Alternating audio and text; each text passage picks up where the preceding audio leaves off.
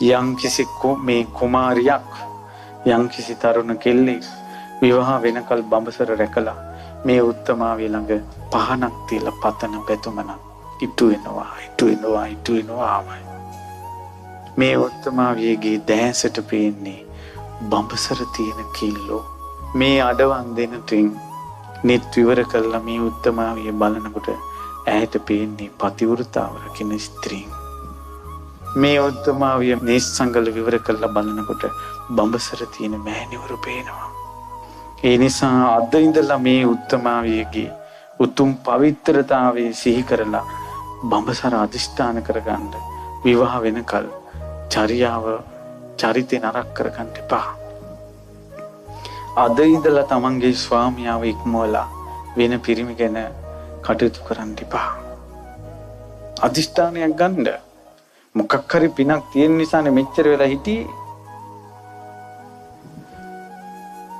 ඇගේ ආනුභාවය තියෙන නිසානේ මේ වලාකුළු මෑත්තුනේ. ඒ ආනුභාවය තියෙනවා. යම්කිසි කෙල්ලෙක් මේ උතුම් යසෝදරාවට වැඳ ඉන්න කෙල්ලෙකුට කොල්ලෙක් කරදරයක් කරන්න හැදුවොත් ඒ කොල්ලට එක සාපයක් වෙනවා. ඇයි පවිත්‍ර උත්තමාවියකගේ දියණියකටයි කරදර කරන්නේ.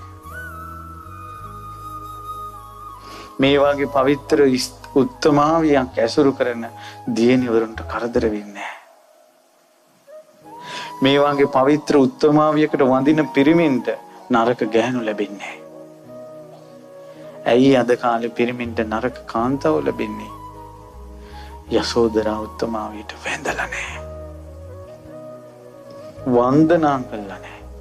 අපිට සිල්පදයක් තියෙනවා භික්ෂුණීන්ට වඳින්න එපා කියලා. නැත්තම් දහස් වතාවක් හිතෙනවා පෙරලි වඳින්න මේ උත්තමාවියට. එච්චර පවිත්‍රයි. එක්කෝ බඹසර රකින්නවා නැත්තම් ස්වාමි භක්තියෙන් යුක්තයි.